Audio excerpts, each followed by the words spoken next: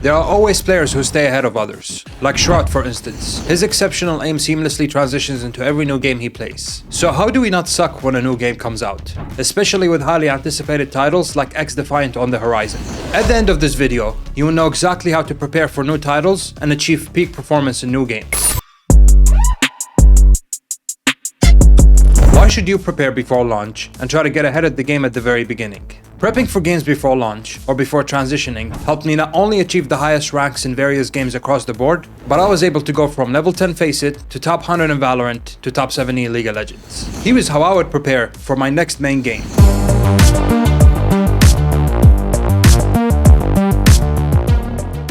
My main objective before transitioning into a new game is to figure out my strengths, my weaknesses, and aspects that I can carry over with me. And once I have that figured out, I create a prep-up plan. Okay, so as you can see, there is a common pattern when it comes to taking duels, and that is like target switching. And this is something I'm very weak at, so this is something I'm gonna have to work on. My aim style coming from Valorant is very calm, very slow, and more micro precision reliant, as opposed to this like flick heavy, speedy aim style that I need in X-Defiant. So I'm gonna have to somehow figure out how to introduce these aiming aspects into my natural aim style. So the aiming aspects that I'm good at are micro corrections, slow aim, stability in my crosshair, short range flicks, and I'm okay at tracking. And it seems that what I need to work on here is reactivity, target switching, reactive tracking, and speed.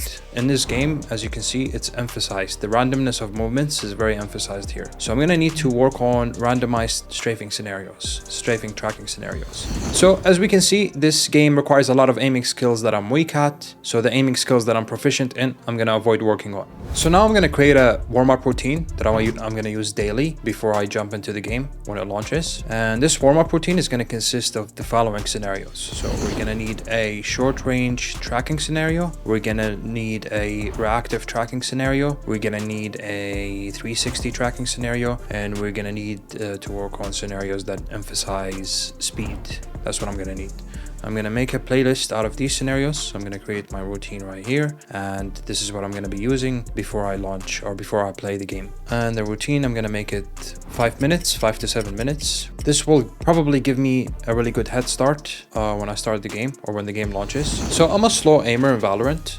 My EDPI is respectfully low because I like to play really slow and controlled in Valorant. It doesn't really require me to aim really fast and reactively. And obviously this doesn't work in X-Defiant, as you can see. In X-Defiant, you kind of need to be faster. You need to introduce a bit more reactive aiming. And my sensitivity will never complement this aiming style here in X-Defiant. So I'm gonna really suck at it. But what I'm gonna do is, I'm gonna take my sense range, my respectable sense range, and I'm gonna pick the highest sense within that spectrum. And this is just to avoid introducing something completely new. In case you're confused, basically what that means is, let's say my sense range is at 0.25, between 0.25 and 0.4. I'm gonna go with 0.4, and 0.4 is the maximum I'm gonna go with, because anything beyond that, anything beyond what's considered a low sensitivity, like let's say I don't go to 0.4 but I go to 0.8, that big switch is gonna be really foreign to me and is gonna force me to struggle for a really long time to get adjusted to.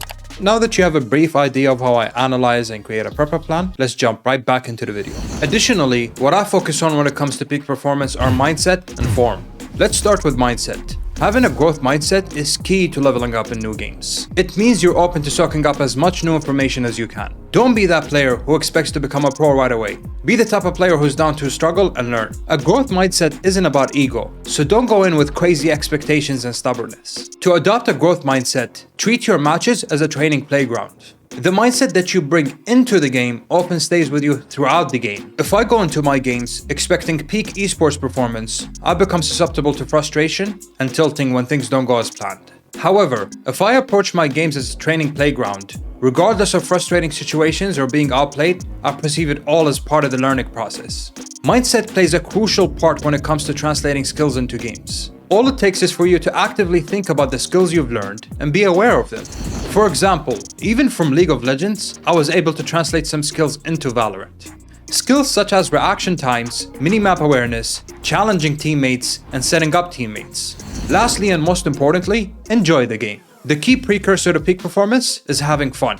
Achieving a state of flow where time flies and every move feels perfect requires being in a calm and enjoyable state.